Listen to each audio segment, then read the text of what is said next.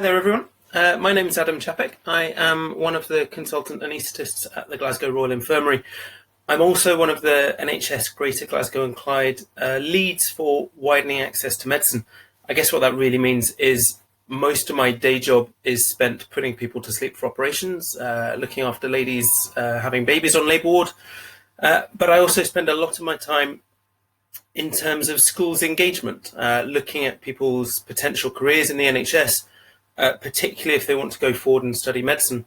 So that's something I'm particularly passionate about. Now, at the moment, we're all living in very, very strange times, very uncertain times.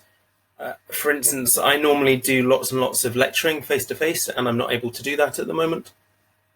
You would normally be at school, and you're not able to do that at the moment. A lot of people would normally be going to work, and they're not able to do that at the moment. So I thought, given the uncertainty around at the moment, given how strange these times are, I would just make some brief chats on some of the particular topics of interest, some of the things that you may be thinking about, or certainly other people in the country are thinking about. Now, I've given them the broad title of Why Are We All Stuck Indoors? Because in a sense, that's the thing that's really changing in our lives. For example, it's been lovely and sunny out there today, and I've not been able to really go out other than walk the dog briefly. And I'm sure you, in your own lives, are experiencing changes like that as well. So why are we all stuck indoors?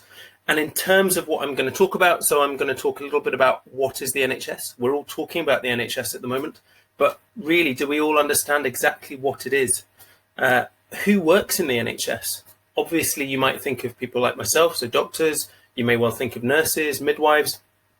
But there's a huge role of people, huge extended roles of people who work in the NHS and are just as important as everyone else working there.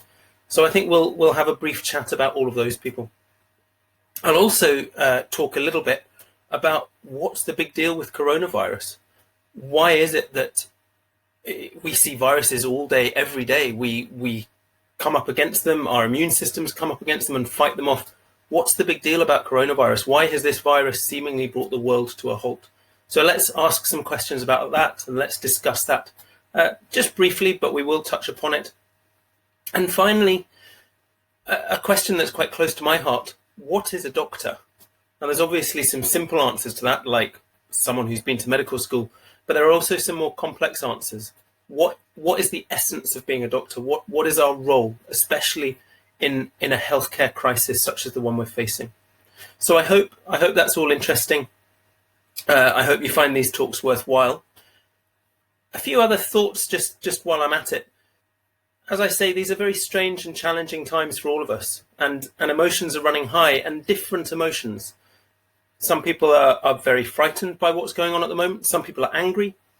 Some people are still experiencing huge moments of joy, huge moments of happiness, and that's completely fair enough.